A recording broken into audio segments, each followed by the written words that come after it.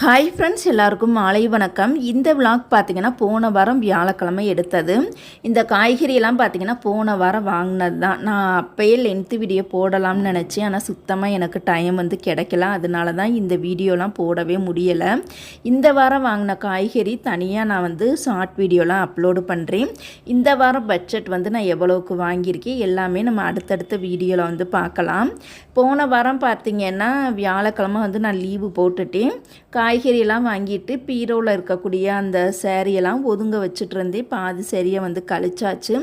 அந்த மாதிரி தான் போன வாரம் ஃபுல்லாக போயிட்டே இருந்தது. இன்னொரு விஷயம் நான் உங்கள் கூட ஷேர் பண்ணிக்கிறேன். நம்ம பேசிக்கிட்டே வேலையை நம்ம பார்க்கலாம். அது என்ன விஷயம்னு பார்த்தீங்கன்னா, நான் சாமி கும்பிட்றத பற்றி தான் நான் உங்கள் கூட ஷேர் பண்ணிக்க போகிறேன். அதை பற்றி தான் இந்த வீடியோவில் நம்ம பார்க்க போகிறோம்.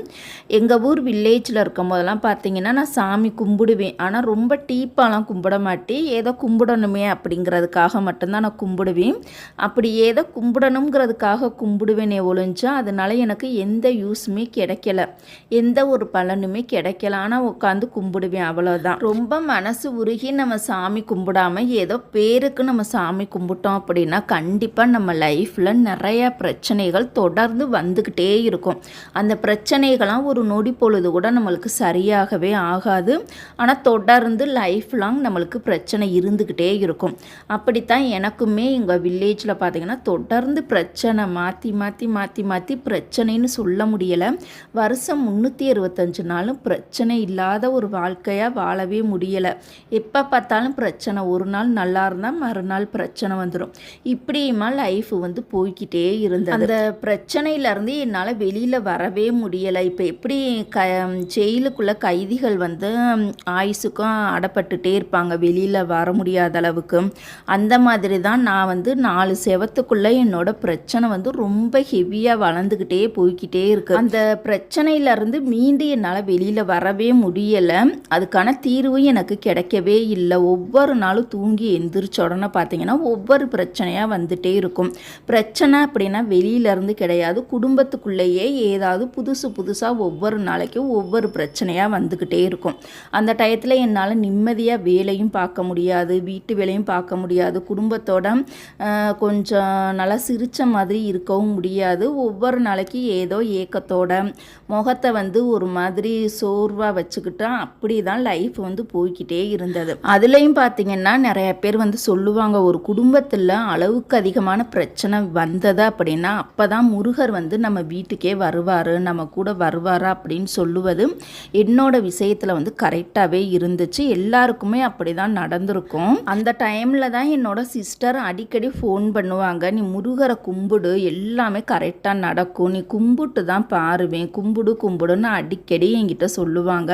அதை நான் பெருசாக எடுத்துக்கவும் மாட்டேன். எனக்கு அப்பையும் கூட அந்த முருகரை கும்பிடணும்னு எனக்கு என்ன வந்ததே கிடையாது.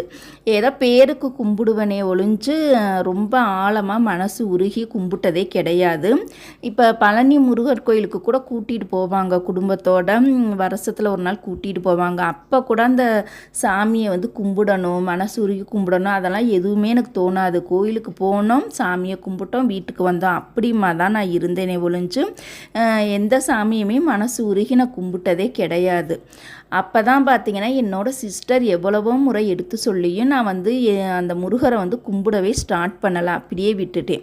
அதுக்கப்புறம் மறுபடியும் குடும்பத்தில் பிரச்சனைன்னு வளர்ந்து போய்கிட்டே இருக்குது. ரொம்ப வளர்ந்து முற்ற நிலைமைக்கு வந்துருச்சு. முருகர் பார்த்திங்கன்னா நம்மக்கிட்ட பேசுவார், நீ என்னை வழிபட உன்னோட எல்லா பிரச்சனையுமே தீந்துரும், நீ என்னை கும்பிடு அப்படிங்கிறத அவர் நேரடியாக நம்மக்கிட்ட சொல்ல முடியாதுல்ல. அதனால் வேற ஒரு நபர் மூலியமாக நம்மக்கிட்ட சொல்லுவாரா, அதை சொல்லியும் கூட நான் கேட்கவே இல்லை. அந்த பிரச்சனைனா இருக்கும்போது பார்த்திங்கன்னா அப்போயும் எங்கள் வில்லேஜில் தான் நான் இருக்கேன். அப்போ தான் பார்த்திங்கன்னா தூரத்தில் இருந்து ஒரு நபர் எனக்கு ஃபோன் பண்ணுறாங்க. அந்த நபர் பார்த்திங்கன்னா ஒரு லேடி தான்.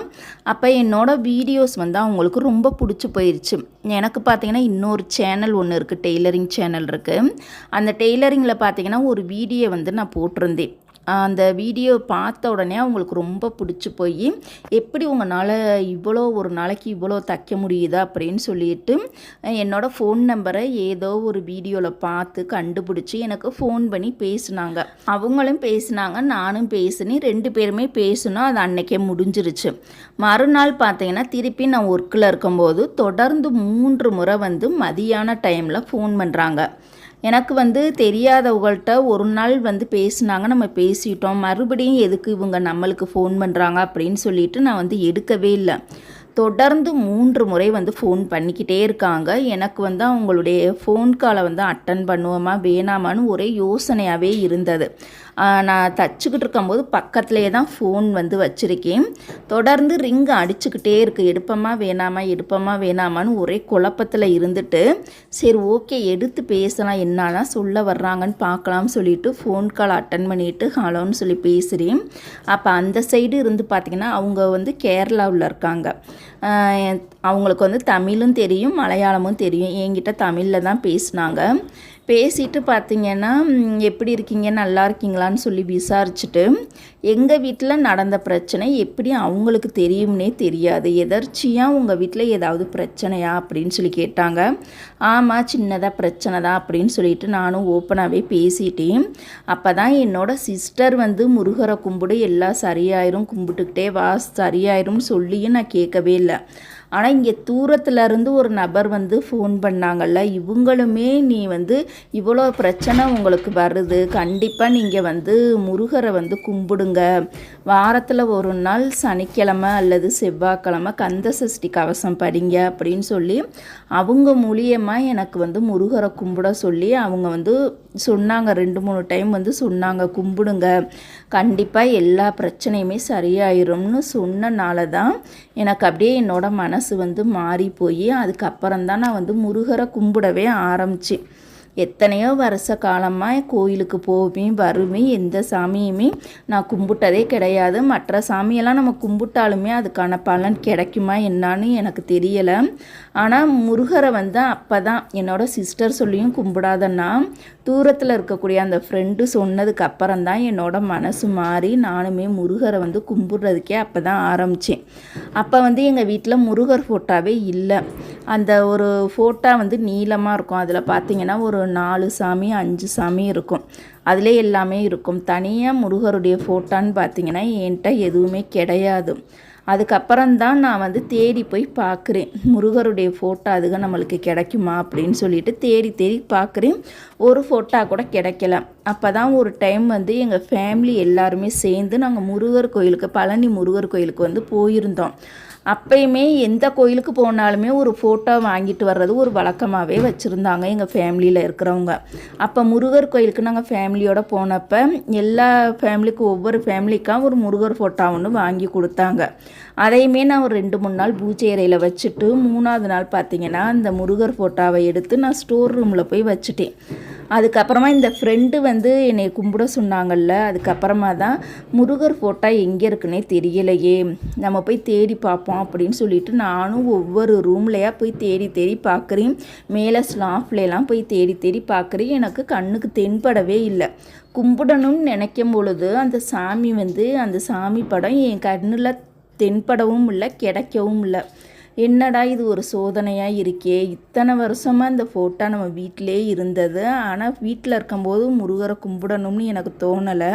இப்போ கும்பிடணும்னு நினைக்கும் பொழுது இப்போ முருகர் ஃபோட்டோ என்கிட்ட இல்லையே அப்படின்னு நினச்சிக்கிட்டு ஒவ்வொரு இடமா தேடிக்கிட்டே இருக்கு. எங்கள் வீட்டுக்குள்ளேயே, எங்கள் ஸ்டோர் ரூமு, அப்புறம் இங்கே வெளியில் அப்படின்னு தேடிக்கிட்டே இருக்கும்போது அந்த முருகர் ஃபோட்டோ எங்கே இருந்துச்சுன்னு பார்த்தீங்கன்னா, வீட்டுக்கு பின்னாடி அந்த துணியெல்லாம் காய போடுறதுக்குன்னு சின்ன ஒரு ஹாஸ்பட்டாஸ் போட்டிருக்கோம். அங்கே பார்த்தீங்கன்னா கொஞ்சம் அடசெல்லாம் கொஞ்சம் வெளியில் கூடையில் வச்சு அந்த வீட்டுக்கு பின்னாடி அந்த ஹாஸ்பட்டாஸ் போட்டிருக்கோம் இல்லையா, அதுக்குள்ளே இருந்தது. அங்கே போய் செக் பண்ணி பார்க்குறேன். அப்போ போய் பார்த்தா அந்த முருகர் ஃபோட்டோ ரொம்ப ஒரு மோசமான நிலையில், அந்த அவுட்லைன்லாம் பார்த்தீங்கன்னா நல்லா துருப்பிடிச்சு போய் ரொம்ப ஒரு மோசமான கண்டிஷனில் இருந்தது. அப்போ நான் அந்த ஃபோட்டோ வந்து அசிங்கமாக இருக்குது, இந்த ஃபோட்டோ நல்லால அப்படின்லாம் எனக்கு தோணவே இல்லை. என்கிட்ட எனக்கு முருகர் ஃபோட்டோ கிடச்சா போதும் அப்படின்னு சொல்லிட்டு அந்த பின்னாடி அந்த கூடையில் அப்படியே ஒரு மாதிரி கிடந்துச்சு. அந்த ஃபோட்டோவை நான் எடுத்துகிட்டு வந்துட்டு எங்கள் வீட்டுக்கு முன்னாடி பைப்பு இருக்கும்ல, அந்த திண்ணையிலலாம் தண்ணியெல்லாம் நிறையா பிடிச்சி வச்சுருப்பாங்க. அதில் போயிட்டு அந்த ஃபோட்டோவை நல்லா தண்ணியை ஊற்றி நல்லா கழுவி நல்லா நீட்டாக ஆனதுக்கப்புறமா மஞ்சள் குங்குமம் வச்சு அந்த ஃபோட்டோவை வந்து நான் எங்கள் பூச்சேரையில் வச்சு அதுக்கப்புறம் தான் நான் வழிபாடு பண்ண ஆரம்பித்தேன். அப்போ தொடர்ந்து வந்து கும்பிட்டுக்கிட்டே இருக்கேன். அப்போலாம் எனக்கு அந்த கந்த சஷ்டி கவசமும் எனக்கு தெரியாது.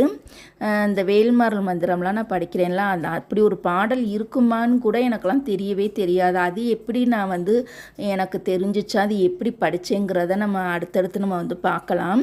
அப்போ கந்த சஷ்டி கவசம்லாம் எப்படி படிக்கணும், அதுக்கு புக்கு இருக்குதா, எதுவுமே எனக்கு தெரியாது.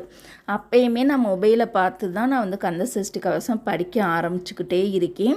அப்போ ஓம் சரவணபவ அது மட்டும்தான் நான் படிப்பேன். ஆனால் எங்கள் வில்லேஜில் இருக்கும்போது அப்போ தான் கொஞ்சம் ஸ்டார்டிங், அப்போ தான் நான் முருகரை கும்பிட்றதுக்கு எனக்கு வாய்ப்பு கிடச்சா. அப்போ தான் நான் வந்து ஒரு 3 மாதம் 4 மாதம் அந்த டைமில் கும்பிடவே நான் ஸ்டார்ட் பண்ணியிருக்கேன். அப்புறமா இந்த முருகர் சாமியை வந்து எப்படி கும்பிடணும், எந்தெந்த கிழமையில் கும்பிடணும், எப்படி விளக்கேற்றணும் எல்லாமே எனக்கு எதுவுமே தெரியாது. கொஞ்சம் கொஞ்சமாக யூடியூப்பை பார்த்து நான் எப்படியெல்லாம் கும்பிடணும்னா அதை யூடியூப்பை பார்த்து கொஞ்சம் கொஞ்சமாக தான் நான் வந்து கற்றுக்கிட்டேன்.